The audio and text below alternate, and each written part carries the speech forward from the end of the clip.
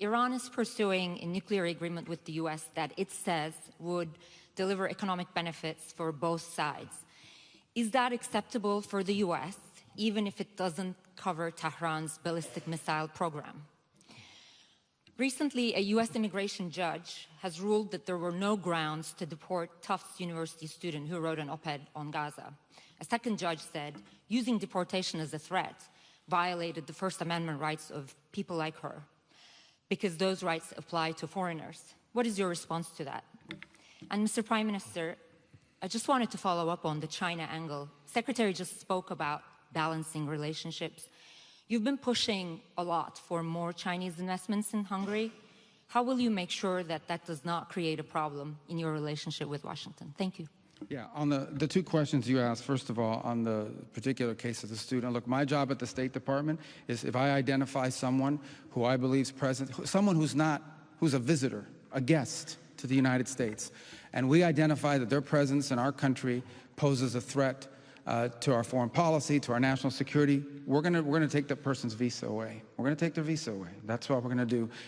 We've done that in a lot of cases over the last year. We've done it. Fact is that, you know, visas are not a right. I've said this repeatedly. I don't know why it's so hard for some to comprehend it, so let me repeat it again. A visa, no one's entitled to a visa. There is no constitutional right to a visa. Okay, a visa is a permission to enter our country as a visitor. If you enter our country as a visitor, and as a visitor in our country, be it a student, a tourist, a journalist, whatever you want to be, and you undertake activities that are against the national interest and national security of the United States, we will take away your visa. In fact, if we knew you were going to do it, we probably wouldn't have given you your visa.